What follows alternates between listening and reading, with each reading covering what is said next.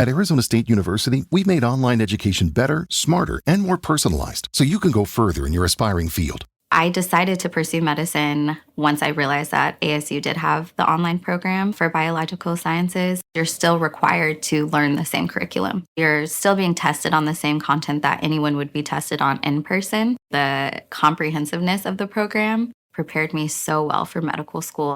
Explore over 350 plus programs at asuonline.asu.edu. With so many options, why choose Arizona State University? For me, the only online option was ASU because of the quality. Their faculty was really involved with their students and care about your personal journey. The dedication to my personal development from my professors, that's been extremely valuable to me. Earn your degree from the nation's most innovative university. Online. That's a degree better. Explore more than 350 plus undergraduate, graduate, and certificate programs at asuonline.asu.edu.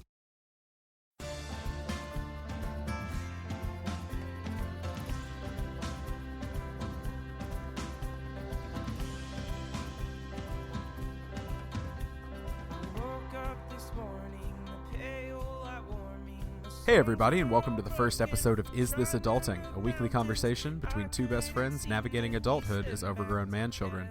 I'm best friend number 1, Stephen Pappas. And I'm best friend number 2, Chris Grimmett. First off, we want to thank everybody so much for listening.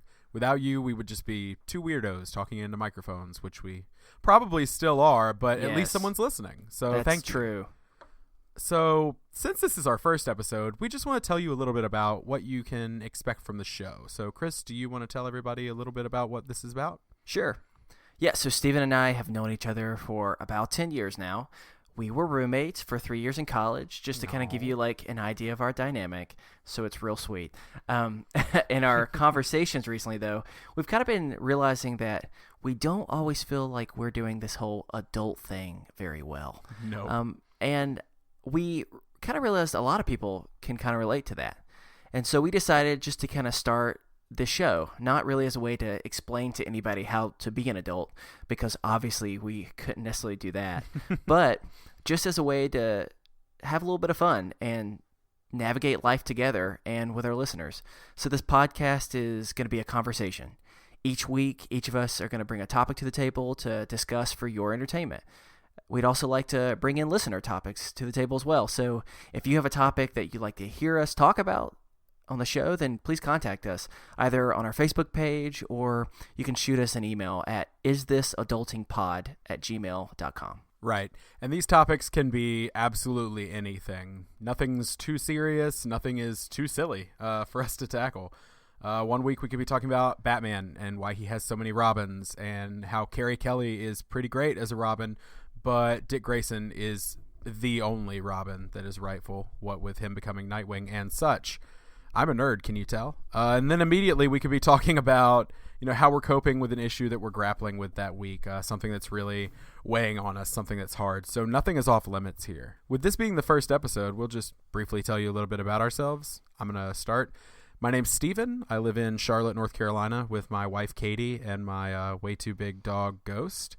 I'm a huge nerd, if you couldn't tell from my previous comments, so that's bound to come up pretty often. Yes. Yeah, and I mean a huge nerd. We're talking video games, comics, wrestling, just the whole 9 yards. Yes, even wrestling. So it's going to get nerdy sometimes. I also am the creator and writer of the Lateral Entry blog, which you can find over at lateralentry.wordpress.com. It's a blog I wrote just chronicling my journey to be more open with my struggles about mental illness, which is something that I'll get to in a second. But what about you, Chris? I live in Winston, North Carolina with my wife and my dog, who's not quite as big as Steven's dog. We've lived here for not that long. Just recently had a career change, which has been both exciting, but also, as you can imagine, pretty stressful. Right. So I work in the mental health field. Me, my wife, and my dog, we are all on anxiety medication. So just to give you an idea of what type of house we're living in, it's pretty stressful all the time. So mental health is important to us as well, and it's something that it's just something that we're taking very seriously in this stage of our life. Right. Absolutely. That sounds like a fun household, too. It is the most fun. the home with the most meds. Can I get an amen? I don't know.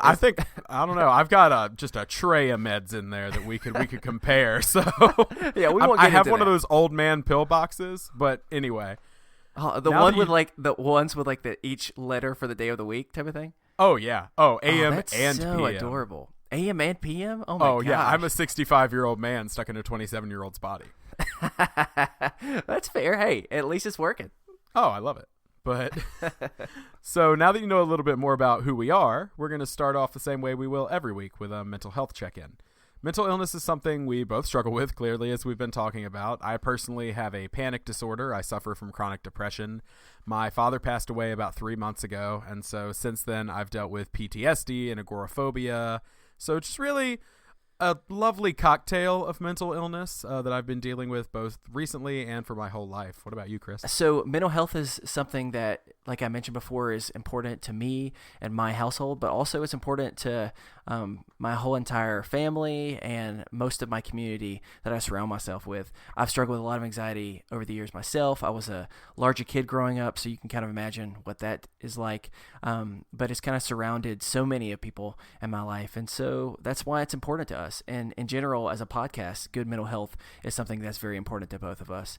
So each week, we're going to not only talk about other things, we're going to not be afraid to bring this up, and we're going to check in with each other and see how we're doing. So with that being said, Steven, how's your mental health been this week?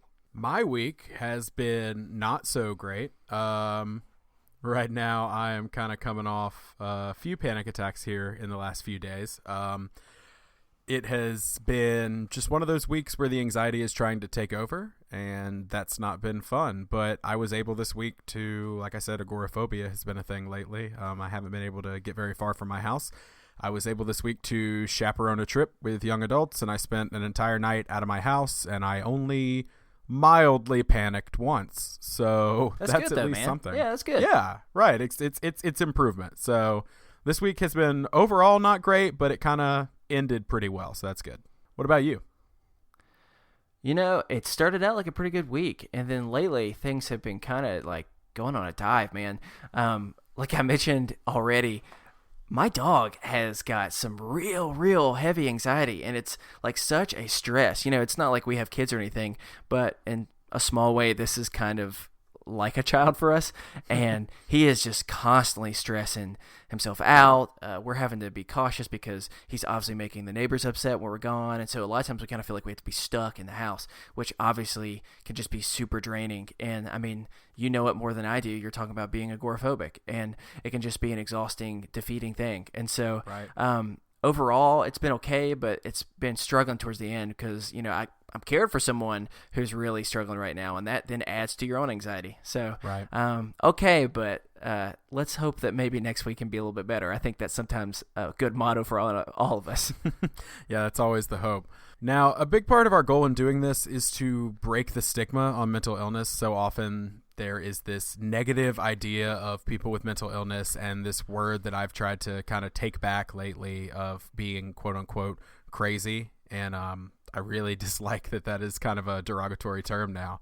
So in an effort to break the stigma, we really want you to be involved as listeners as well. So if you want to send us your brief mental health check-in every week, or let us know if there's any way we can encourage you during the week, please, just like with topic ideas, email us at isthisadultingpod@gmail.com.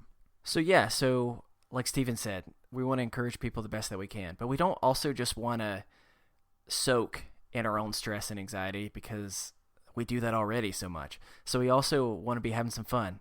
And so something that we're going to be doing every single week is kind of before we start discussing whatever topics are on our minds or are on the listeners, we're going to have some fun by just trying to do some funny segments we've been working on. So just as a way for us all to laugh and not take ourselves or the world around us too seriously. We all need a little bit more joy in our lives, and we hope that by goofing around with us, you'll pass it on to others. So that being said, buckle up, get ready, because we're about to begin. So, let me tell you something. Here it is, this adulting.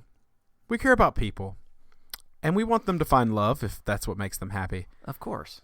Sometimes you're out somewhere. Let's say you're at the most romantic place in the world, which Where's we all that? know is where. It's Taco Bell. Ooh, yeah, that is pretty nice. Yeah, it is. So you're at the Taco Bell. I'm getting my deep, very white voice going here. Oh, that's perfect. So you're at the Taco Bell, and you order your cheesy gordita crunch box. Good choice. Got that Doritos Locos taco on the side. Not as good of a choice, but still a good choice. Sure. So you're sitting there, and you lock eyes with somebody across the room. Maybe you're being smart. Maybe you're preemptively gathering your sauces so that you have sauces for your meal later. Mm-hmm. Intelligent. Maybe when you do that, maybe your hands brush up against each other and you share a spark, you share a moment. Uh-oh. Yeah, I know. But then what happens? They call your number, cheesy gordita crunch meal, you grab it, you walk out the door, and you may miss your chance at love. Oh, with that person forever?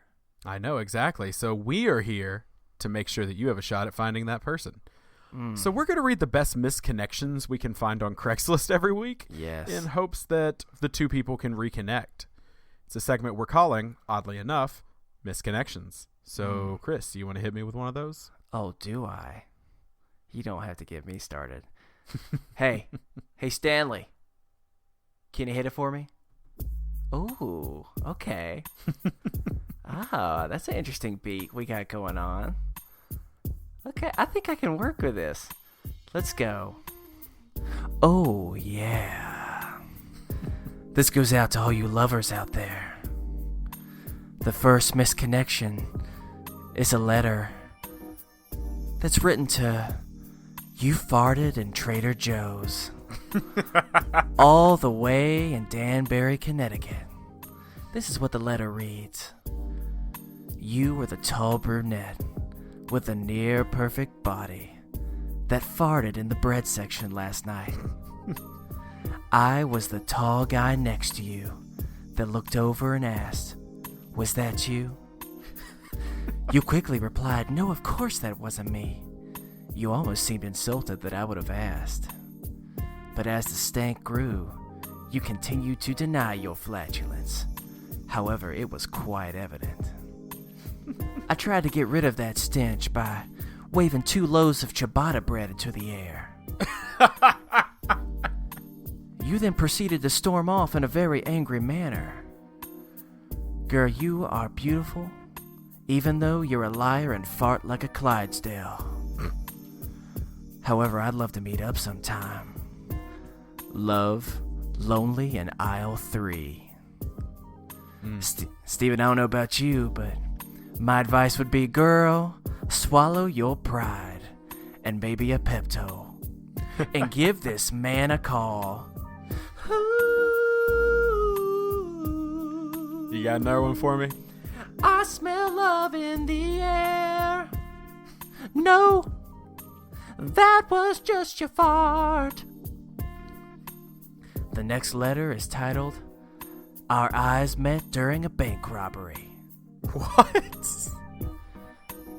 I know this is a long shot. I was behind you in line when the robbers came in and shouted, hit the floor.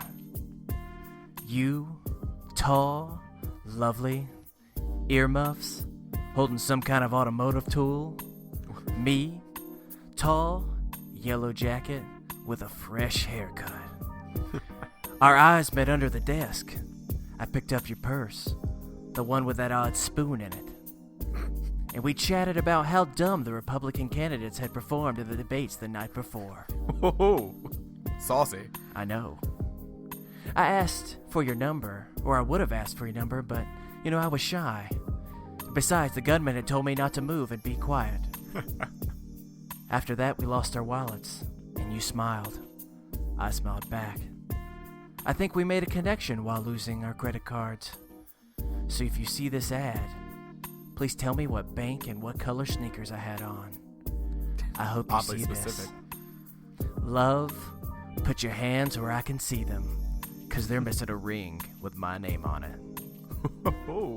Steven, I've never been in a bank robbery before, but I've had my heart stolen a few times. So this one goes out for you two. I hope sometime this week you get jumped by the love bug. Whoa! Get down on the floor and into my heart. That's all the time we have for today on Misconnections. But until next time, I wish you nothing but peace, love, and pure sexiness. All right. If anybody is still left listening after that. I don't know what you're talking about, Steven. That was inspiring a nation to go out and find love. It was beautiful. I was kind of hoping, though, that, one of the guys was going to be the gunman who was just like, our eyes met at the robbery. All you could see was my eyes. What a twist. Oh, my God. That'd be a really sneaky way, though, of, like, if you're the cops, just saying, yeah, sure, we totally bonded over that. Yeah, and exactly. You just catch him. I didn't think about that. What color sneakers was he wearing, though? I mean, that seems oddly specific. That was pretty specific. But, hey, we hope that they found love. Well, maybe. Well, all right. Okay. This is the part of the show where we're going to go into our topics every week. So with that being said, I guess I'll go first this week, if that's okay with you. Sure. All right. So this week I want to talk about something very, very serious. We're going to bring it down. I want to talk about ghosts. Yeah. Okay. Yeah, I want to talk about ghosts. Do you believe in ghosts? How do you feel about ghosts? Are you scared of ghosts? What do you think they are? Like, just your overall kind of feelings on it. And then I can kind of share mine, because I don't think mine are really a secret. Okay, well, clearly you have some form of opinion if you named your dog Ghost. That was after a Game of Thrones character that has nothing to do with the paranormal. Okay, well, I apologize for making that easy one-to-one connection. My bad. Let's see here. Like, my opinions?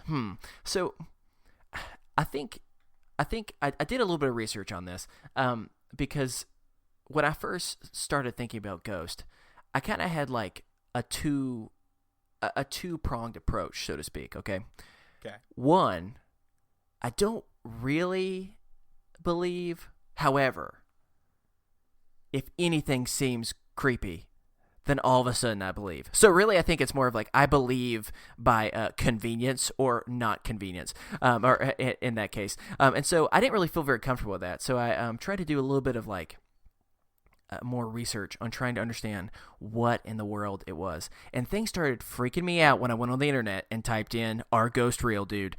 Then I kind of had a little bit of a panic attack and had to calm down a little bit. All right, so there is this video on the internet of this woman in Ireland. I don't know if you saw this or not. It's got like millions of views on it. Probably. Where like she is in her apartment and she said all of a sudden, like, she walked in and this is what was happening, and there are lights flickering. There are like desk and chairs and things just moving like 50 feet across the room, and it was super creepy. And immediately I had to like throw my phone and run and just like take a little bit of a deep breath and maybe just go and watch something on TV for a few minutes to get my mind off of it, because it was weird. So I mean, I could probably be convinced either way. So what are some of your thoughts? Well, you sound a lot like Katie. Her whole idea with it is she chooses not to believe, because if she lets herself believe, then it scares her. Katie, your wife? So, Katie, my wife, yes. Yeah. I may have mentioned that earlier. I'm not sure. But yeah, it's a lot like that is what I'm kind of picking up off of you. Me, personally, I'm going to send you so many videos now of like ghostly things. Like there's one at Disney World at the Haunted Mansion that like a bunch of people have seen of like, there's this video caught on security footage of like what looks like a guy just like walking through the gate and like out onto the water. Like looks like he's just walking on the water all Jesus. Whoa. At the Haunted Mansion in Disney I know World? It's a little on the head, but people have died at the Haunted Mansion at Disney World. It's Disneyland actually, I think. What how have people died? Oh, well, some kid slid below the bars because he wasn't tall enough and, like, got decapitated on the ride. This was years ago. Yeah. And so there's been a couple, like, mechanical issues and things over the course. I mean, Disneyland's been open for, do not fact check me on this, like 60 years, 75 years, somewhere in there. And so it's just like things happen, like, over that time. Has there been any other place where people have died besides the Haunted Mansion? At Disneyland? Yeah. Oh, God, yeah. Dude, no, you need to Google, like, deaths at Disneyland. There's, like, 2 or 3 deaths a year at Disney parks. You just don't hear about it. So if people are constantly dying, the only place this ghost chooses to hang out with is like, ooh, how convenient, an inclusive spot just for me. Maybe he thinks it's like a day spa or some sort of resort for the paranormal, for the Okay, afterlife. I'm sorry. I don't know. Continue on with this very skeptical sounding story, but I'm here to support you. No. That is the story. It's just like video footage. There's just every once in a while there's a video that like okay, so for me, I consider myself an open-minded skeptic. Okay. I try to kind of debunk things, and like the shows on TV like Ghost Hunters and Ghost Adventures and Ghost Lab, like those are so funny. It's just people running in like rooms that are completely just no lights are on. That's what they're doing for like I like to refer minutes. to those shows as "What was that?" because it's legitimate. Like every 30 seconds, like they'll turn around, they're like, oh, "Did you hear that? What was that?" And it's just like, it was probably the producer like clapping his hands behind you. Like it could be anything. So I don't buy into that a lot of times, but I do think that like it's a little naive and a little arrogant of us to think that like there's nothing else out there other than the physical, what we can see plain. And I'm not getting religious. I'm not getting spiritual. I'm just saying like there's so many things that are so hard to explain. And so for me, like, I like to debunk and look for the facts and try to find the things, but I also sit back and I look and I go, I mean, I can't explain this. Maybe there's something else. Nobody can seem to explain certain things. And so like for me, I 100% like believe in ghosts and believe in spirits and like the paranormal and that sort of stuff. So much so that like I listen to a podcast. I'll give them a plug, like History Goes Bump podcast. Like you should check them out. It is a history podcast that does the history of haunted places. And I've done research for them, and I've been on the show guest hosting, and like I don't know, like some of the stuff that I've talked about and I've seen and the places I've been, like there's some stuff that it's just like, I mean, even if it's just a feeling of just like unease, just like something's watching you, everybody knows that feeling. Like, and so I feel like, I don't know. For me, it's definitely something that I believe in. Okay, so I got a slightly different direction that I want to take this. Okay. And so clearly you have a lot of information and you've done some research on ghosts in the past. Right. Here's my question. Why are there just ghosts that are like mean and trying to like be spooky? Like why aren't there more ghosts like the equivalent of Casper? No, you know there's definitely spirits that are not quote unquote malevolent. Like there's spirits that are not malevolent or demonic. Like I completely believe that there are like good. Okay, so like the legend up in Boone, where we went to school at Appalachian State, there is a big house called the Moses Cone Manor. Okay. That is about 10 minutes outside of town. You know it. We used to take I'm freshmen aware. up there and scare the hell out of them at night. I did not go. You didn't because you were too scared. Of course I was. I'm embarrassed to say that, but continue on with the story. Okay, so the story goes that Moses Cone, who was like this big philanthropist, millionaire guy here in North Carolina, he passed away. He's buried about a mile from the house. There's a path up to the graves. Okay. And the graves were disturbed in the 1950s, or not 1950s. I want to say it's 1970s.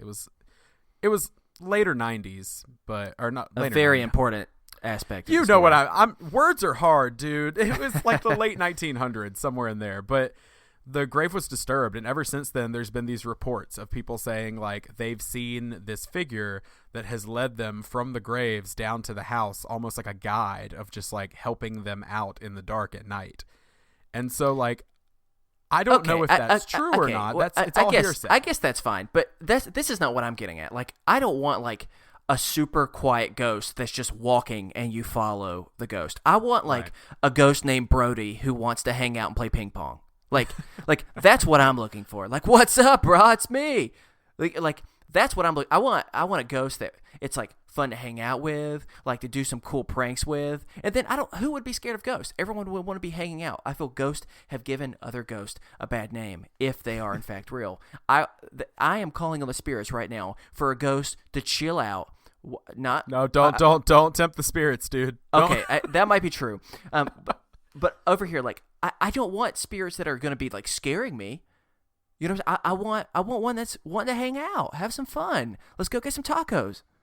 I guess. I mean, I don't know that I want Any spirits, man. But Like, if I you're don't, gonna like, get a ghost, what ghost do you want? Do you want the spirit of Moses Cone, or do you want Brody? I mean, Brody sounds pretty cool. I mean, it sounds pretty awesome. You know what I'm saying? But you have to know, I'm picturing Brody, like the character from Mallrats, as played by Jason Lee of My Name is Earl fame. So, like, I'm picturing, like, that's a very ghost specific of him. reference. Well, you said Brody, and it made me think of that. Like, I'm picturing, like, ghost version of him, just like this nerdy comic book writer who's, like, a total bro.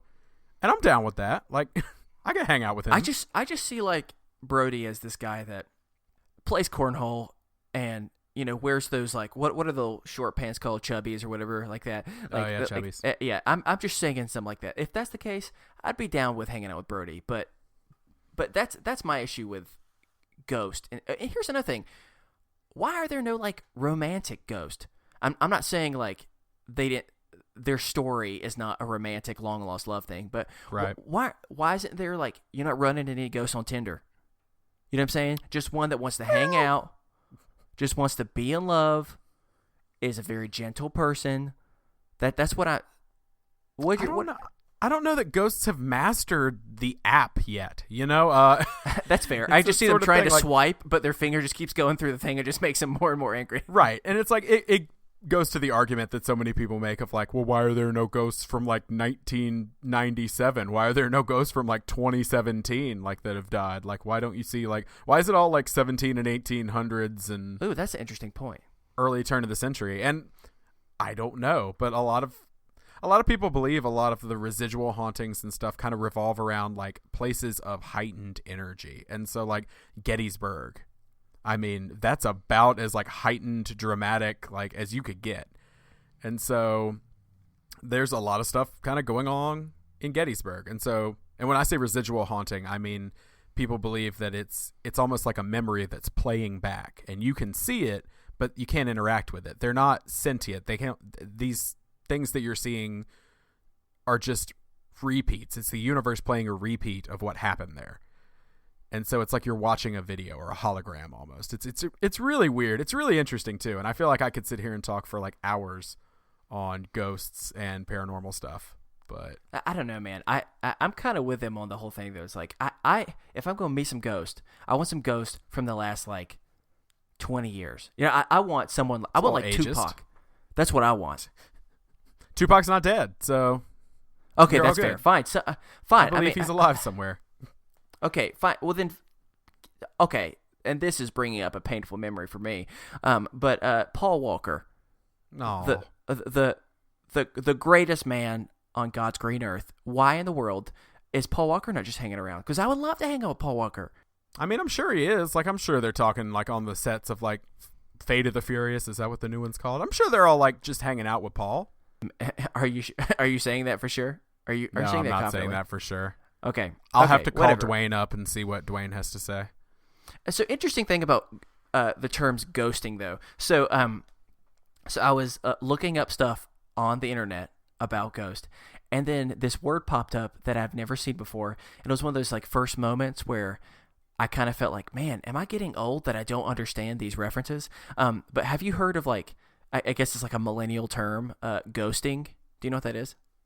I've heard the term. I could not tell you for the life of me what it is. And it's not like from the movie Ghost where it's not me behind somebody like with my hands on clay, romantically and somewhat sexually trying to form things out of clay. No, right. Not like that. Even though, man, that'd be interesting. But we won't get there. No, ghosting. So like the term is pretty much just like, say you're talking with someone, say you're dating them, you're texting them, whatever it might be, and then you just like all of a sudden disappear and you just start blowing them off. And next thing you know, it's like you're gone. Like, so they're just kind of been like, hey, cool, are we ready to hang out today? And you just never hear anything else again. And they just kind of like disappear. So have you ever done that to somebody? Absolutely. You have? Okay. So I'm not proud of it. So I'm making a hard stance right now that anyone that has intentionally done something like that deserves to have an actual ghost haunt them. Don't put that evil on me. I'm making a hard stance right now that how do people do that? Like, what is going through your mind when you're just like, I could respond. I don't know. I mean, I was like a freshman in high school, you know? It's like it was different. It's not like me now I had a bad back-to-back like couple of years there. Like 8th grade, broke up with a girl on Valentine's Day. Like 9th grade, kind of ghosted, I guess, away from a girl. Like 10th grade, had a girl's best friend break up with her for me. I had a rough time. Yeah, I was a bad guy for a while. Oh my goodness, man. Yeah, it took a while for me to grow up, and I'm still not fully there, but I'm mature in that aspect, I guess. Man. So, I mean, what did you say to this girl? Like, which one? The one, the one where you had the best friend break up. Oh, I didn't say anything. That was the last time we spoke. She thought all was good, and I don't want to talk about it anymore. Oh my gosh! All right. If you're listening out there and this sounds like me, I'm very sorry. Brody the Ghost, if you're listening out there, I want you to haunt Steven. No. But I don't want you to be cool. I just want you to, like, since you are a bro, I want you to play nothing but Dave Matthews. Don't you say it. Oh, over say it. And over. In his sleep, all he hears is Dave Matthews. That's my Dave Matthews. You know, I'm going to walk into a room and all I'm going to be able to smell is axe. What? Is that I'm going to walk into a room and all I can smell is axe. I don't think that's a good Dave Matthews. No. I don't think it's my best one either. But I mean, that's just he just. It's not great, but that's just that's what I think of when I think of Dave Matthews. Brody, sick him. He deserves it. Not forever, just for like a solid week. Just go at this guy to teach him for what he's done. And I encourage anyone listening out there, if you know someone too who has done such a horrible thing as Steven, then I ask you as well to call on the name of Brody and ask Brody to haunt them.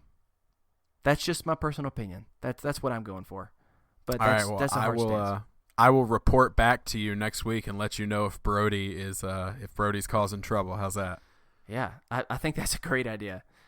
All right, I will let you know. So you want to roll into your topic? Sure. So speaking of being a good friend or a bad friend, a good boyfriend or a bad boyfriend, something that we thought about that I thought would be a pretty good topic would be, let's talk about the television show Friends. Who doesn't like Friends, right? Oh, I love it. I'm obsessed with it. I've purchased different versions of it 1,000,000 times. I mean, so much so that, like, I remember, like, in college, because we obviously didn't have cable or anything, we would often watch Friends, right. Just over and over on repeat with the DVDs and stuff. So I started thinking about, I'm in fantasy football. You and me, we do a fantasy football draft together, and right. I thought, man, what if we did a draft, like a fantasy draft of the Friends? But look, not so simple as just being like, hey, let's do the best friends, the most enjoyable ones, and do from that. No. I want us to think deeper than that. I want us to think, what are the best characters from Friends when it comes to them actually being a good friend? On the definition of being a friend, what are the best friends off that show? And so we're going to do a draft. What do you think about that? I am totally behind that. Okay, and so I want to hear some of your thoughts. I want to hear some of your reasoning behind things as we do it. But unfortunately, we did do a little preface beforehand, and you got the first pick, which is hurtful. And I know who you're going to pick. I do know, but yeah, you do. But you just kick it off. I don't know any way of trying to trade up and get the first pick. So you just go ahead. There is no way to get this first pick. I am not willing to sacrifice. So with the first pick in the 2017 NBC sitcom Friends draft, I will be selecting Miss Chandler Bong, Chandler Bing himself. Gosh. Oh, it hurts, so doesn't it? It was so clear what was the first one. Well, I mean, okay. I mean, yeah, you've taken Mr. Bing. It's Chandler if he's nasty. If you're nasty, that's how you'd call him. If you're nasty boy, it's Chandler. Just give some reasons. Give some reasons to our listeners why you would choose Chandler. I mean, number one. Could it be any better of a pick? I mean, come on now. Nice. Chandler's the best friend. Like, period. Like, he's hilarious, and there's a part of me that had the thought of like, well, should I pick Chandler? Because like, I like to think I'm a kind of funny guy sometimes, and maybe I would be like insecure, like because he's so funny, I would be fighting to be funny. But then I was like, nah, like I can't let that stand in the way of the obvious first pick. Yeah, Yeah. I mean, okay. he's a good guy to be around, and he seems like he, at his core, is like a really good person who like actually gives a damn about people. So I think he'd be a good friend too. Okay. I think you're right. I definitely think you're right on that. And I mean, you're missing the fact that he also clearly makes a decent amount of money and is willing to give it freely all the time. Sure. So I need that. It makes sense. It does make sense. Okay. So I will take the second pick, but before I do that, I want to just give you a little bit of definition of all of the things that I did with it. I didn't just pick an order. I did a whole draft specifically for the funniest of the friends, and then I did another one of simply loyalty. What type of friend is the most loyal of the friends?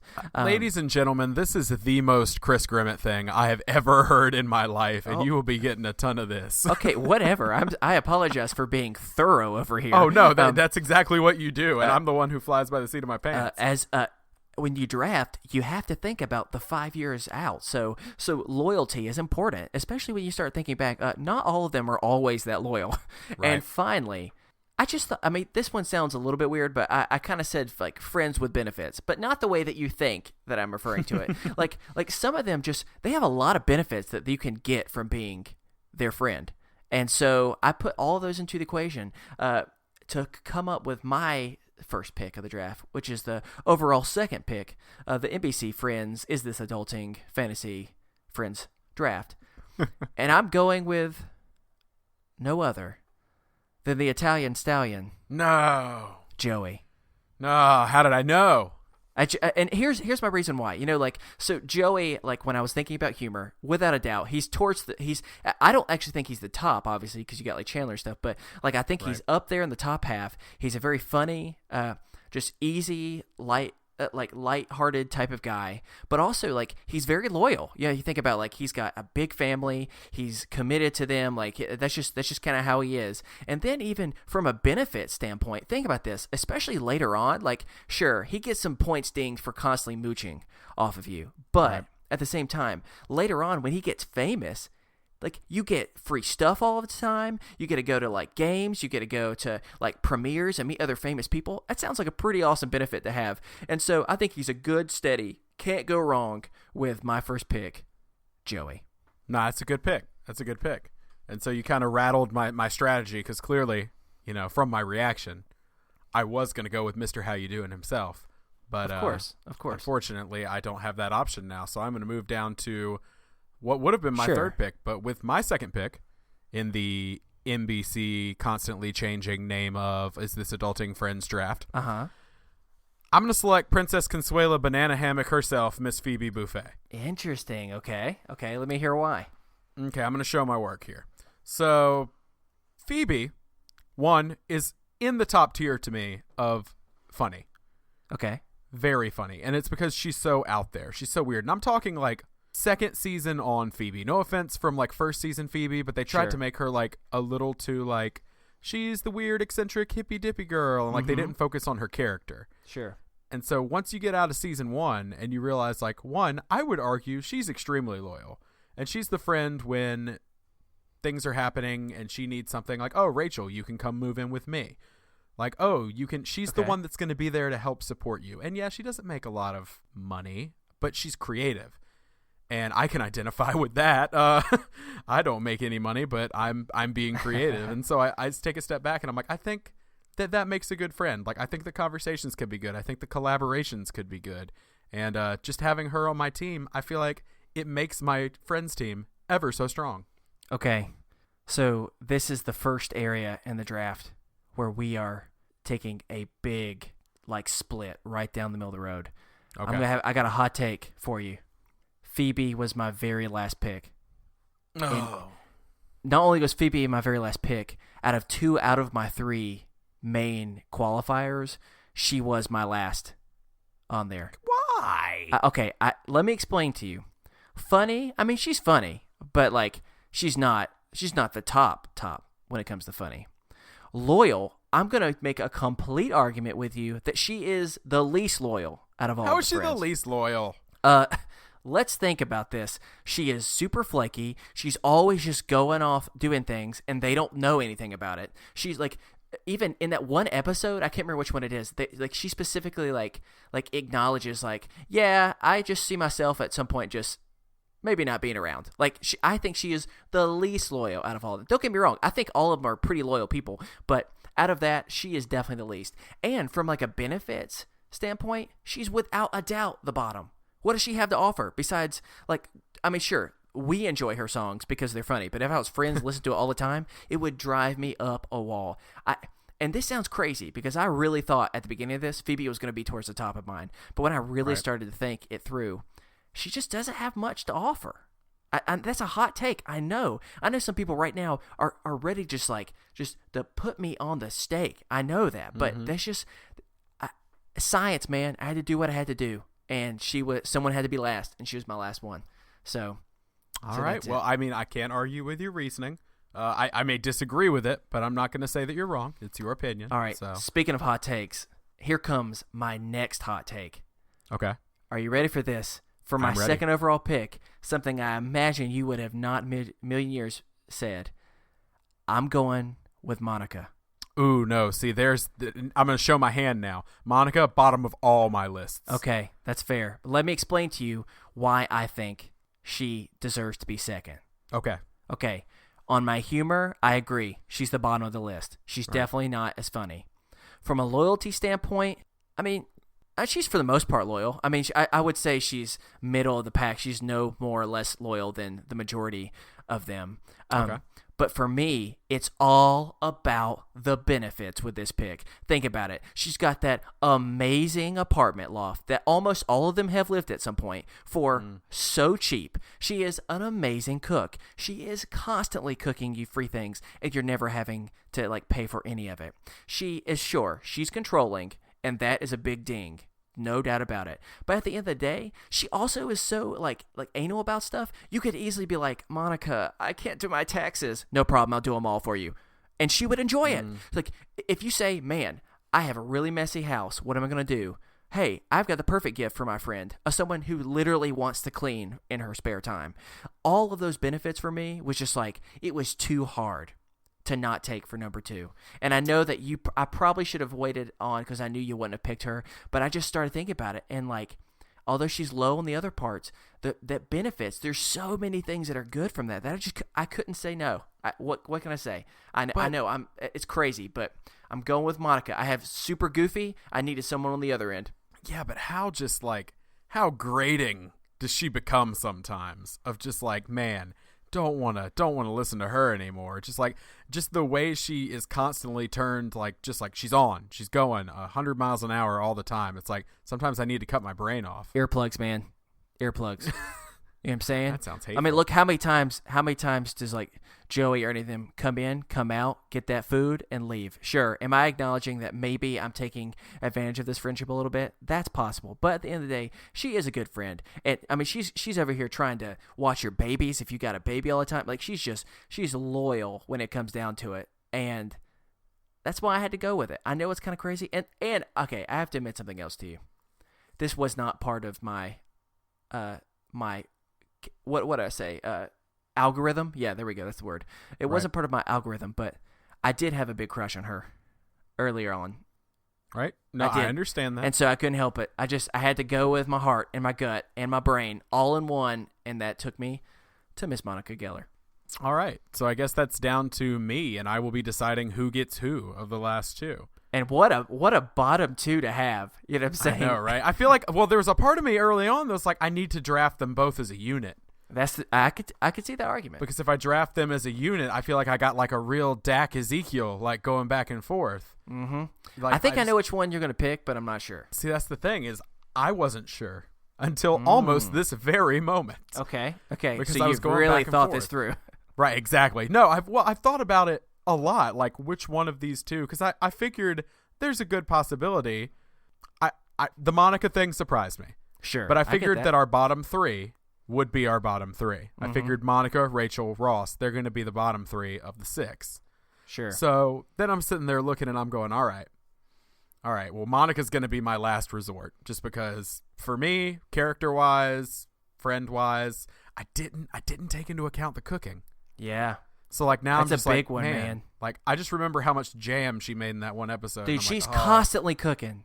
Like, yeah, exactly. And then I realized, like, okay, I'm down to these last two. Both have very strong pros. Both have very strong cons. Okay. But I am going to pick Rachel Green. All right. That's who I thought you were going to pick. Yes. And again, it wasn't part of my deciding factor, but I will admit, I have thought Jennifer Aniston is Of course. extremely attractive Of for course. my Who- entire life. Who doesn't? Every single person, male, female, intersex, everybody loves. And we Jennifer got that Aniston. we got that Greek connection, me and her. So like, She's Greek? you know, yeah, she's Greek. Oh, okay. I had It's like no her idea. original last name is like Anastonakis or something. Ooh. So we got that sweet Greek Anastonakis? connection. Something like that. I don't know. Aniston Fact was check me on that. Aniston was a good call. to Yeah, change that. exactly. Doesn't roll off the tongue. Anastonakis. No, but my reasoning behind her over Ross was less about her, unfortunately, and more about the fact that Okay. Ross is kind of the worst. Okay. Like, he's kind of a downer. Like, every time, like, you see him, and what's sad is I identify with Ross in a lot of ways. And I think sometimes I can get to be that person, and I'm like, I don't need two of that person in my friend group. And Ross seems like the kind of guy who, like, if I'm, like, having a rough day, my anxiety's real bad, he's going to try to one-up me. Like, he's Okay. just going to be like, oh, That's yeah, fair. well, I've That been is fair. divorced 3 times. Like, That's oh, totally yeah, fair. well, I couldn't decide what bone to put this. I was trying to make a dinosaur bone reference. Yeah, It didn't work. Yeah, okay? that did not work at all. No, it went from a place of being like not even a joke, just like a serious thing, to I tried to make a joke and I just ruined the That's whole fair. thing. That's fair. But I mean, there's a lot of pros of Rachel. She is a good person overall. She was entitled growing up, but she's been through some stuff. So like, it's just like watching her like grow over the series. Like early on in the series, when I was watching, even as a young like kid watching, I didn't like her that much. Mm-hmm. I was just like, you seem like really like you feel like, well, she's really privileged. Not that, I mean, let's be honest, all of them are really privileged. Yes.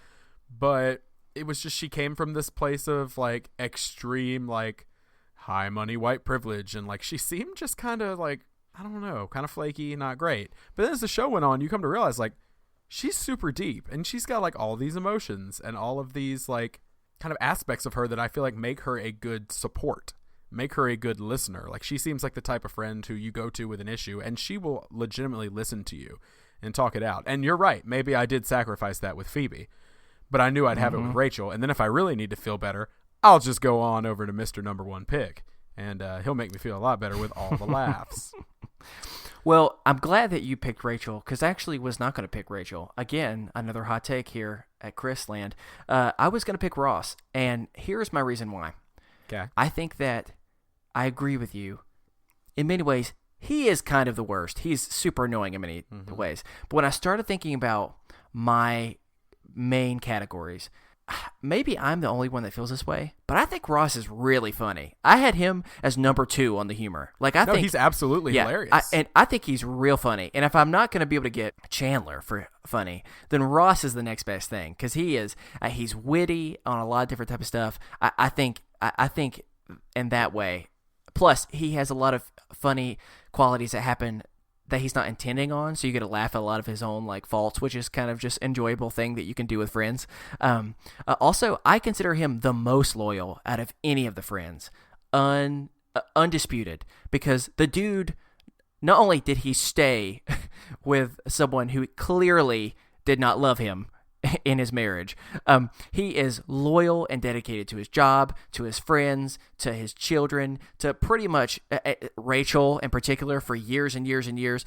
He's about as loyal as you can get to that monkey. Oh my gosh, who is he not loyal to?